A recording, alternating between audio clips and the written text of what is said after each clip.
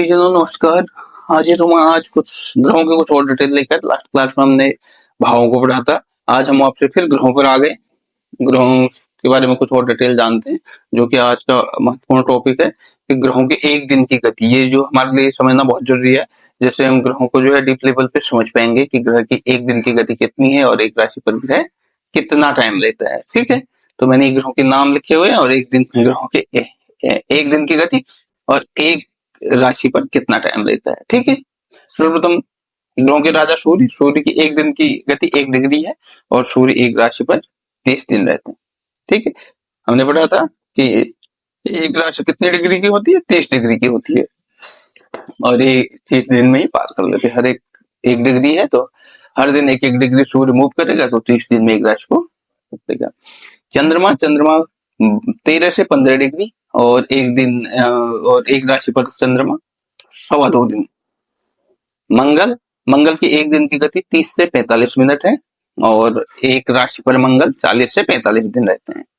उसके बाद बात करते हैं बुध की एक दिन की गति 65 से 100 मिनट है और बुध 27 दिन एक राशि पर रहते हैं। देखो, अगर 60 मिनट होता तो 1 डिग्री में कन्वर्ट हो जाता। 1 डिग्री अगर इसकी गति होती तो कितना, 30 दिन का मान के चलो, 30 दिन की एक राशि, लेकिन एक 60 मिनट से ज्यादा है तो ये केवल 27 दिन ही एक राशि को पार कर लेता है। उसके बाद गुरु 5 से 15 मिनट ही एक दिन में चलता है तो गुरु को 1 साल लग जाता है एक राशि में, क्योंकि गति कम होने के कारण। शुक्र तो देखो 65 से 82 मिनट एक दिन की गति है, इसलिए ये जो है 29 से 30 दिन में एक राशि को पार कर जाते हैं।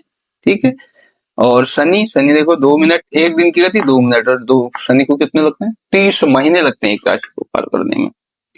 राहु की 3 मिनट एक दिन की गति है और इसलिए राहु को 18 महीने लगते हैं और केतु के भी 3 मिनट है, इसलिए इसको भी 18 महीने लगते हैं।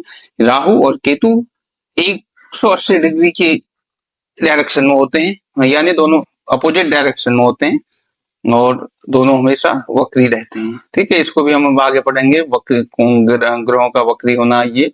लेकिन आज के लिए हम जो है ग्रहों की गति समझेंगे। ठीक है, वक्री और ये तो हम बाद में समझ लेंगे, लेकिन मेन आज का टॉपिक हमारा ग्रहों की गति को समझना और ग्रह एक राशि पर कितने टाइम रहते हैं। ठीक है, इसके बाद आपने सुना होगा कि ग्रहों का गोचर हो रहा है, तो एक राशि के बाद जब ग्रह दूसरी राशि में जाता है तो ग्रह गोचर उसी को कहते हैं कि ग्रह जो है इस राशि में गोचर कर लिया, यानी नेक्स्ट राशि में मूव हो गया। ठीक है, ये हमारा होता है। अब इसी चीज को हम थोड़ा और डीप लेवल पे समझते हैं। जैसे हमने बताया था कि भचक्र को हमने बताया था कि इतना 360 डिग्री का हमारा पूरा ब्रह्मांड है, ये 360 डिग्री का पूरा ब्रह्मांड है। ठीक है, अगर डिग्री के आधार पर हम उसको बांटे तो कितने 360 भागों में बांटेंगे। ठीक है, ये पढ़ा था हमने। उसके बाद हमने नक्षत्र पढ़े थे, नक्षत्र कितने थे, 27। अगर हम पूरे भचक्र को नक्षत्रों के आधार पर बांटे तो कितने भागों में बांट देंगे, 27 भागों में। उसके बाद बात करते हैं राशियों की। राशियां पढ़ी थी हमने, कितनी राशियां, हमारे टोटल 12 राशियां हैं। तो अगर हम पूरे ब्रह्मांड को राशियों के आधार पर बांटते हैं तो इस भचक्र के हम 12 भाग बांट देंगे। तो जो एक भाग है, अगर इस भचक्र को हम 12 भागों में बांट दें तो एक भाग को पार करने में एक राशि यानी एक भाग यानी एक राशि को पार करने में इतना टाइम प्रत्येक ग्रह लेता है। ठीक है, ये क्लियर। और थोड़ा और डीप लेवल पे समझते हैं। देखो, हम ये सब जानते हैं कि सूर्य के चारों ओर ये सारे ग्रह जो है चक्कर लगा रहे हैं, अपनी अपनी कक्षा में घूम रहे हैं। ठीक है, देखो सबसे नजदीक ग्रह बुध है, सूर्य के सबसे नजदीक बुध है। ठीक है, बुध इस तरीके से जो है सूर्य के चारों ओर जो है चक्कर लगा रहा है, अपनी कक्षा में बुध घूम रहा है। तो ठीक है, बुध इस सर्कल में घूम रहा है, इस कक्षा में बुध की कक्षा है, तो बुध देखो नियर बाय सूर्य के, तो इसलिए ये 27 दिन में अपना 27 दिन ही में ही एक राशि को पार कर लेता है। ठीक है, अगर हम इसको जो है 12 भागों में डिवाइड कर दें तो एक राशि जो है एक राशि को जो है पार करने में बुध केवल 27 दिन लेता है। ठीक है, उसके बाद बात करते हैं शुक्र की। शुक्र भी जो है सूर्य से बहुत नजदीक है। शुक्र देखो, उसके बाद शुक्र का ये कक्षा शुक्र की है। शुक्र इस तरीके से जो है घूम रहा है सूर्य के चारों ओर, शुक्र भी नजदीक में ही है। शुक्र कितना टाइम लेता है, 29 से 30 दिन। ठीक है, ये सर्कल शुक्र का है, ये कक्षा है जिसको कहते हैं शुक्र की। उसके बाद बात करते हैं पृथ्वी की।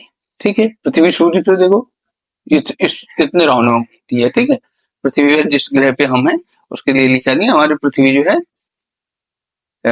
ये रही पृथ्वी। ठीक है, और जो चंद्रमा है वो पृथ्वी का उपग्रह है, लेकिन हम तो अपने उस पे जो है कुंडली में ग्रह ही मान के चलते हैं, लेकिन चंद्रमा पृथ्वी का उपग्रह है।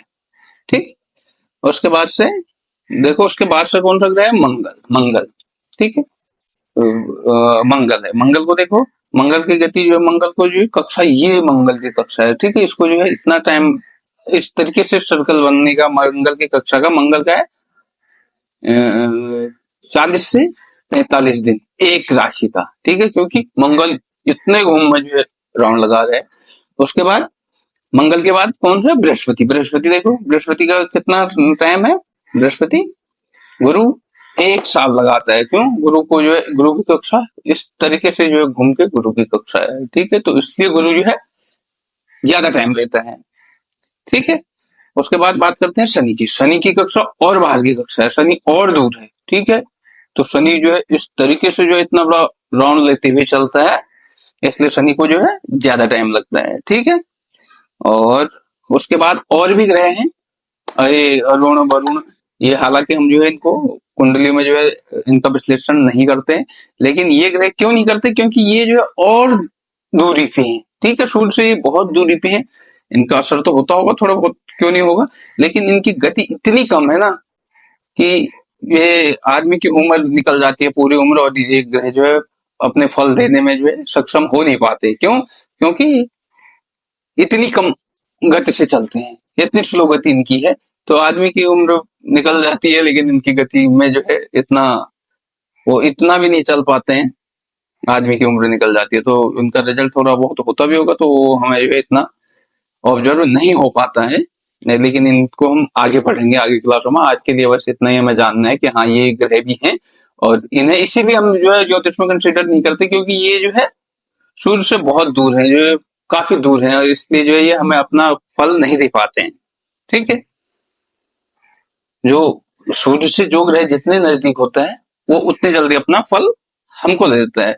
शनि जो है, वो कहते हैं शनि बहुत लेट फल देता है, इसीलिए शनि जो है लेट फल देता है, क्योंकि शनि सूर्य से बहुत दूर है। ठीक है, और उसी तरीके से इन ग्रहों का टेम्परेचर भी जो है, देखो बुध का टेम्परेचर बहुत ज्यादा है। क्यों? क्योंकि ये सूर्य से बहुत नजदीक है। शुक्र का भी जो है, शुक्र चमकीला ग्रह, चमकीला ग्रह भी कहा जाता है शुक्र को, क्योंकि सूर्य का प्रकाश उस पर बहुत ज्यादा पड़ रहा है, ये भी काफी गर्म ग्रह है। उसके बाद धीरे धीरे ये जो है, जो पृथ्वी से जो है ये सूर्य से दूर होते गए, उनका टेम्परेचर धीरे धीरे डाउन होता गया। ठीक है, तो आज के लिए इतना ही, आज का ये महत्वपूर्ण टॉपिक है। अब इस इन्हीं से रिलेटेड जो है हमारे 2-4 टॉपिक चलने वाले हैं, तो इसलिए जो है आज अब इन ग्रहों की गति को जो है जरूर याद रख लेना। तो आज के लिए इतना ही, फिर जल्द हाजिर होऊंगा कुछ और डिटेल लेकर, तब तक के लिए नमस्कार।